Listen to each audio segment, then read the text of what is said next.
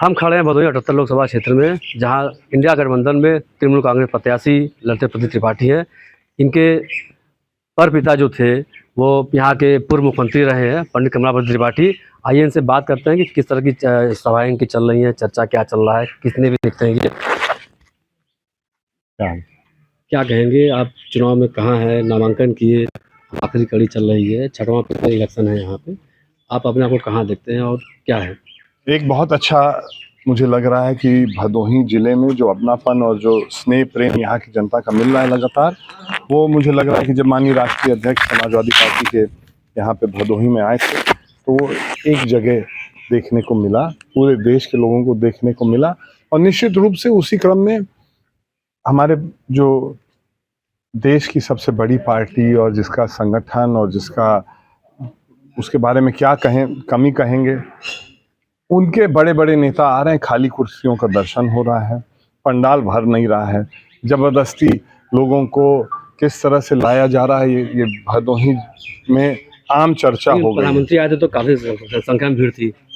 वो तो रहेगी ही।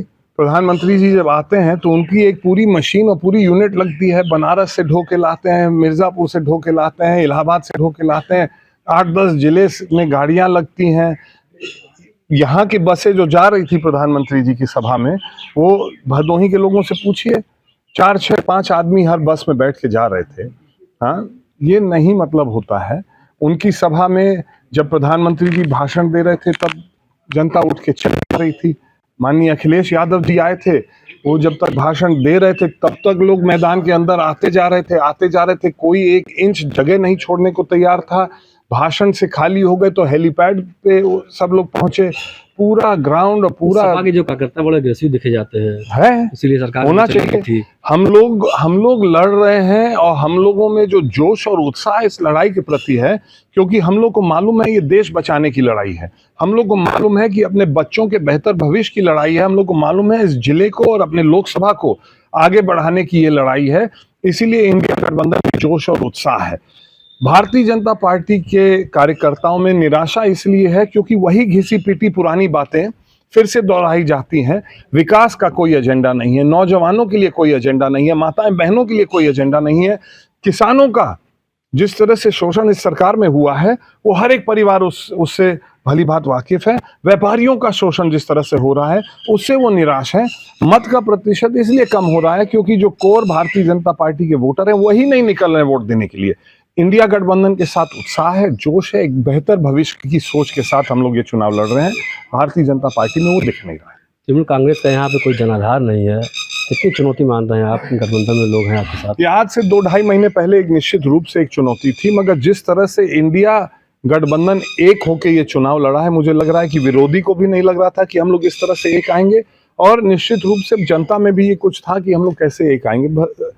पर जिस तरह से समाजवादी पार्टी हो, कांग्रेस पार्टी हो, आम आदमी पार्टी हो, जन अधिकार पार्टी हो, तृणमूल कांग्रेस के सारे लोग जिस तरह से एकजुट होकर दिन रात एक किए हैं।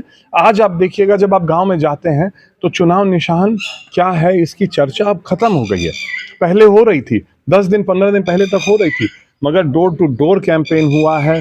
हम लोग खुद जाके डोर टू डोर कैंपेन किए हैं। और अब ये चुनाव निशान मुझे लग रहा है कि हमारे मतदाताओं के पास तो 100% पहुंच गया। कुछ जो मतदाता अभी हो सकता है जिन तक ये नहीं पहुंचा है, उन तक भी पहुंच जाएगा अगले 2 दिन में। क्या लगता है कि आप कितनी चुनौती मानना कि ये भदोही की एनडीए सरकार से तमाम लोग आ रहे हैं यहाँ पे, सभाएं कर रहे हैं, वो आए और आप अकेले कर रहे हैं? वो आए, हम अकेले ही, जो हम लोग के पास ताकत है इन तीनों चारों संगठन के, और मैं अकेले पर्याप्त हूँ इन नेताओं को जवाब देने के लिए जो आ रहे हैं। लड़ाई अब इसकी हो गई है कि आप लोग भविष्य बेहतर चाहते हो कि वही जिस तरह से पिछले 10 साल का रहा है उसी तरह का आप अगला 5 साल देखना चाहते हो। जनता ने मूड बना लिया, सिर्फ भदोही में नहीं, पूरे उत्तर प्रदेश में, पूरे देश में।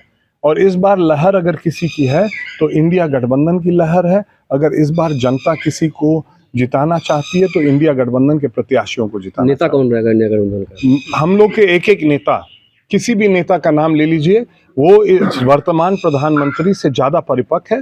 वो इस वर्तमान प्रधानमंत्री से इस देश के प्रति, इस देश के हर वर्ग, हर तबका, हर समुदाय के प्रति, उनके दिल में, उनके मन में और उनकी सोच में गद्दी पे कौन रहेगा? जो रहे, इनसे ज़्यादा योग रहेगा, इनसे ज़्यादा इस देश के प्रति उनका समर्पण का भाव रहेगा, इनसे ज़्यादा उनके अंदर एक सेवा का भाव रहेगा, ये निश्चित है। हम लोग ने हमेशा जब इस देश को प्रधानमंत्री देने का काम किया है, जब चाहे गठबंधन से हो, चाहे अगर किसी एक दल का सरकार बने, हमेशा एक योग्य व्यक्ति को उस प्रधानमंत्री पद की कुर्सी पर बैठाने का काम किया है, जो सिर्फ भाषण में नहीं, धरातल पे सरकार की नीतियों को लाने का काम करता है और सरकार का काम कराने का काम करता है। ये थे हमारे साथ लड़ते प्रदीप त्रिपाठी, जो अपने आप को बता रहे हैं कि हम सबसे आगे चल रहे हैं, लेकिन आने वाले 25 तारीख को यहाँ पे मतदान होना है। कौन जीतता है कौन हारता है ये 4 तारीख को ही पता लगेगा।